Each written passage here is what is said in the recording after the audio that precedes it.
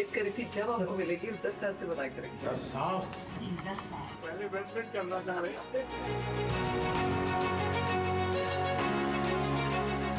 राज कपूर साहब ने दुनिया में भारत के सॉफ्ट पावर की ताकत को एस्टैब्लिश कर दिया।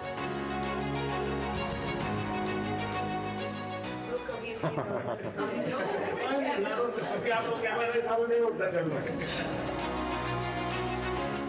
फोटो तो रैरली होता होगा। बहुत कम वस्तुएं मुझे बचे थे फैमिली में, तो ये 10 या 12 वस्तुओं में से एक है, तो आपको पेश करना चाहते हैं हम। यहाँ जो पीएम म्यूजियम बना है उसमें रिफॉर्म आदरणीय प्रधानमंत्री श्री नरेंद्र मोदी जी। कट।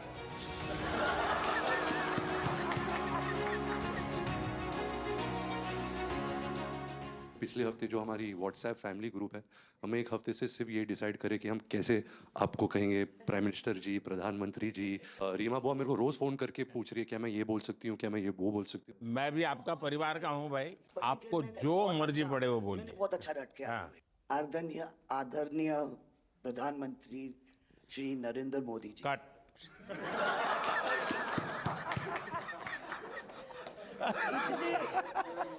इतने कीमती वक्त में आपने सबको आज यहाँ निमंत्रित किया राज कपूर के बर्थडे 100वीं बर्थडे पे अवसर पे।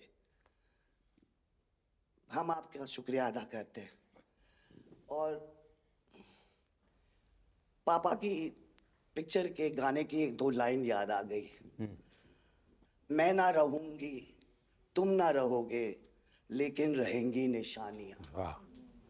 आपने इतना सम्मान प्यार दिया है, आज के दिन को सारी इंडिया देखेगी कि नरेंद्र मोदी जी प्राइम मिनिस्टर हमारे ने कितना सम्मान कपूर परिवार को दिया है।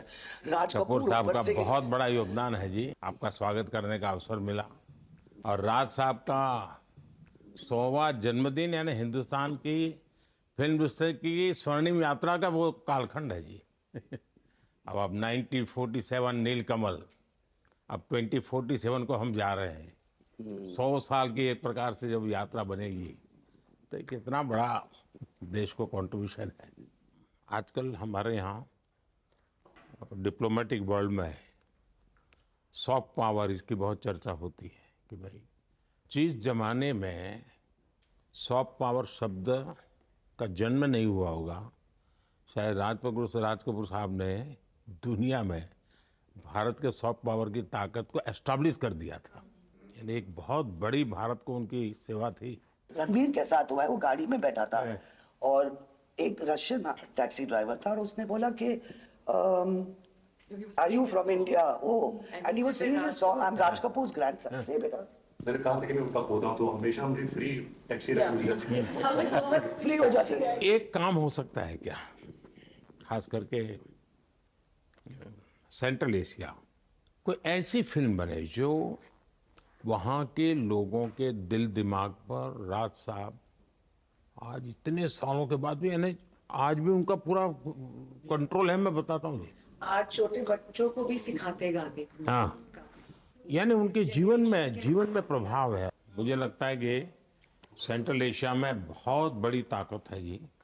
हमें पुनर्जीवित करना चाहिए, हमें इसको नई पीढ़ी तक जोड़ना चाहिए और एक लिंक बने, वैसा कोई क्रिएटिव वर्क करना चाहिए और बन सकता है। वो उनको इतना प्यार मिला उसमें कि ये थोड़ा से उनका नाम इंटरनेशनली भी बाहर गया और उनको बोल सकते हैं छोटे से तरीके से एक कल्चरल एम्बेसडर। लेकिन आज मैं ये आपको बोलना चाहती हूँ, वो छोटे से कल्चरल एम्बेसडर थे, लेकिन हमारे प्राइम मिनिस्टर इंडिया के तो हमें ग्लोबल मैप में डाल दिया है। एंड वो हम we are so proud, each member of this family is very proud. देखिए देश की आज प्रतिष्ठा बहुत बड़ी है, बहुत बड़ी है। सिर्फ योगा ले लीजिए जी, आज दुनिया के किसी भी देश में जाइए, योगा के प्रति इतना मम्मी और मैं, हम दोनों, बेबो लोलो, हम सब योगा में बहुत रुचि रखते हैं।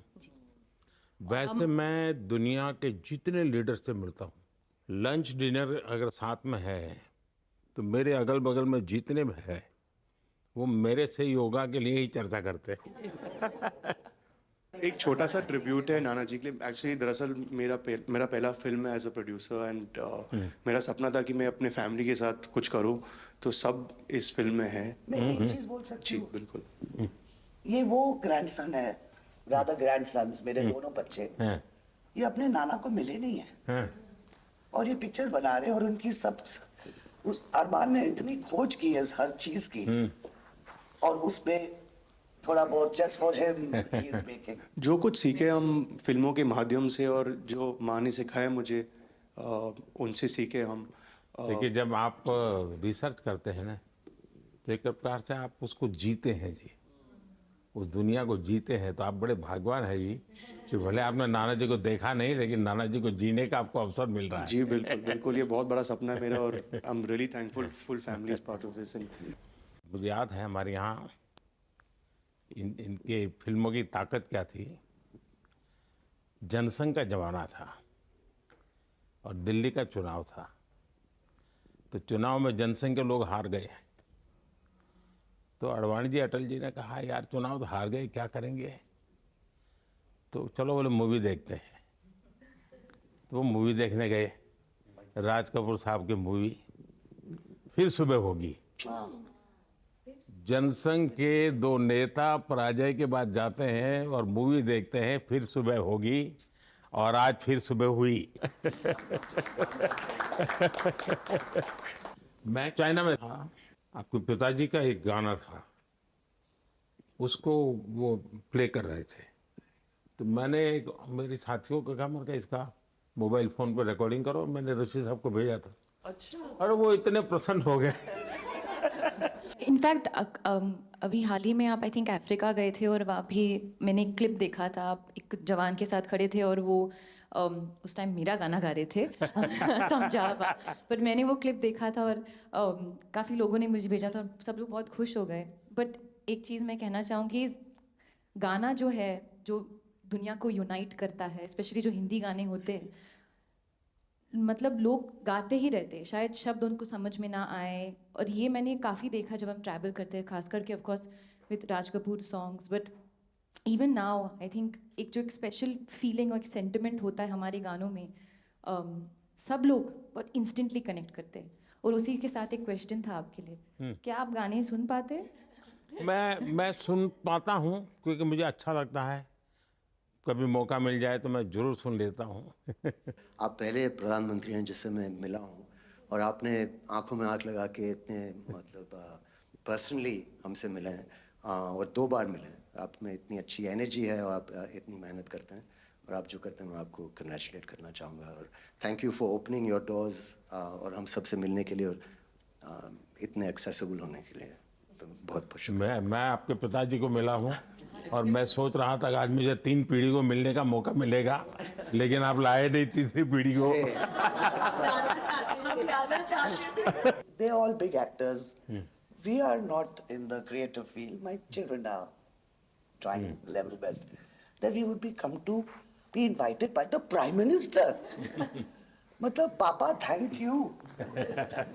13, 14 और 15 दिसंबर को हम राज कपूर का एक रेट्रोस्पेक्टिव कर रहे हैं। गवर्नमेंट ऑफ इंडिया, NFDC और NFAI ने हमारी बहुत मदद की। हमने उनकी 10 फिल्म लेके उनको रिस्टोर किया है, ऑडियो और विजुअल। तो हम पूरे हिंदुस्तान में कुछ 160 थिएटर्स में 40 सिटीज़, अराउंड 40 सिटीज़ उनकी फिल्में दिखा रहे। तो 13 तारीख को हमारा प्रीमियर है, जो हम मुंबई में करें। पूरी फिल्म इंडस्ट्री को हमने बुलाया। Thank you. जय गणेश।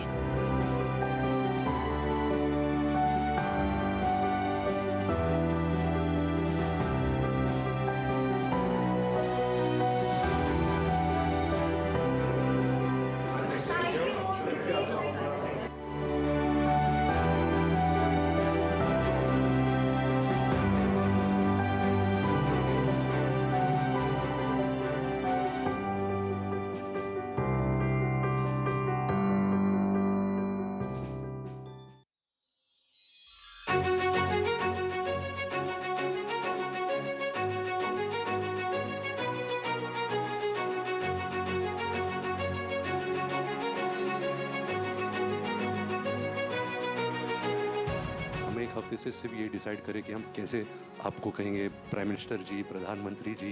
मैं भी आपका परिवार का हूँ भाई।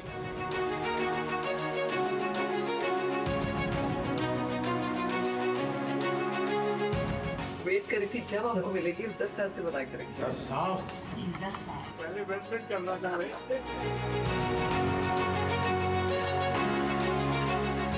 राज कपूर साहब ने दुनिया में भारत के सॉफ्ट पावर की ताकत को एस्टैब्लिश कर दिया।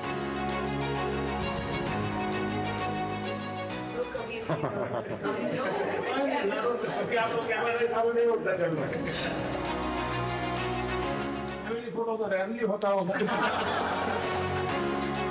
बहुत कम वस्तुएं मुझे बचे थे फैमिली में, तो ये 10 या 12 वस्तुओं में से एक है, तो आपको पेश करना चाहते हैं हम। यहाँ जो पीएम म्यूजियम बना है उसमें रखा हूँ।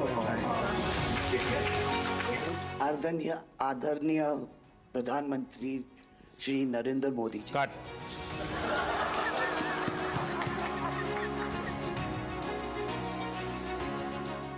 पिछले हफ्ते जो हमारी व्हाट्सएप फैमिली ग्रुप है, हमें एक हफ्ते से सिर्फ ये डिसाइड करें कि हम कैसे आपको कहेंगे प्राइम मिनिस्टर जी, प्रधानमंत्री जी। रीमा बुआ मेरे को रोज फोन करके पूछ रही है क्या मैं ये बोल सकती हूँ, क्या मैं ये वो बोल सकती हूँ। मैं भी आपका परिवार का हूँ भाई। आपको जो मर्जी पड़े वो बोलिए। बहुत अच्छा रट के हाँ।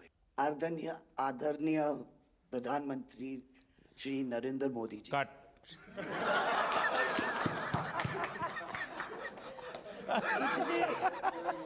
इतने कीमती वक्त में आपने सबको आज यहाँ निमंत्रित किया राज कपूर के बर्थडे 100वीं बर्थडे पे अवसर पे।